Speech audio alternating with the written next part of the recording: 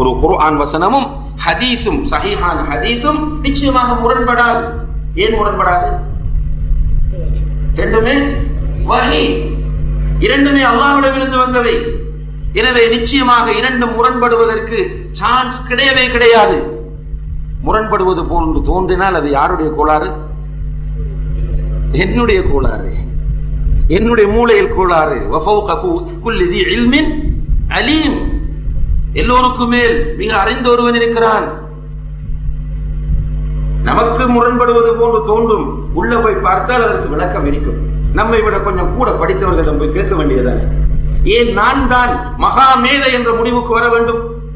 இந்த உலகத்திலே இன்றைக்கு இருக்கிற 170 கோடி முஸ்லிம்களிலே நான் மாத்திரம்தான் சீராக சிந்திக்க கூடியவன் என்று ஒருவன் வாதிடுகிறான் என்றால் அவன் யார் சகோதரர்களே? இப்லீஸ். இன்றைக்கு அந்த வாதாட்டத்தை தெளிவாக பார்க்கிறோம். சவுதி அரேபியாவிலே கிடையாது, எகிப்திலே கிடையாது, இந்த பெரிய இந்திய நாட்டிலே கிடையாது, பாகிஸ்தானிலே கிடையாது, ஷாமிலே கிடையாது, ஐரோப்பிய நாடுகளிலே கிடையாது. என்னுடைய மூளை மாத்திரம்தான் அல்லாஹ்வினால் கரண்டி கொடுக்கப்பட்ட மூளை.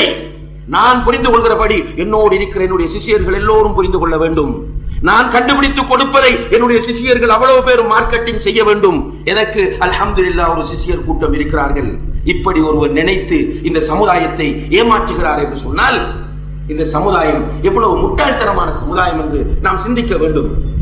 ஒரே ஒருவருக்கு மாத்திரம்தான் புரிகிறதாம், ஒரே ஒருவருக்கு மாத்திரம். உலகத்தில் உள்ள வேறு எந்த அறிஞருக்கும் புரியவில்லையாம்.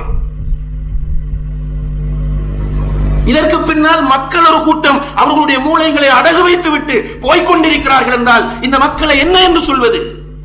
கொஞ்சம் மூளை கிடையாதா? ஒருவர் சொல்லுகிறார், ஒரு 4 ஆலிம்கள் சவுதியில் ஒருவர் சொல்லுகிறார், இந்த இதே கருத்தை சவுதியிலும் ஒருவர் சொல்லுகிறார், எகிப்திலும் ஒருவர் சொல்லுகிறார், ஈராக்கிலும் ஒருவர் சொல்லுகிறார், ஷாமிலும் ஒரு அறிஞர் சொல்லுகிறார் என்று ஒரு 4 அறிஞரை காட்ட முடியாமல் இவர் சொன்னதுதான் சரி என்று ஒரு கூட்டம் வருகிறது என்றால் எவ்வளவு மடத்தனமான கூட்டம் என்பதை பாருங்கள். இது டிரான்ஸ்லேஷன்.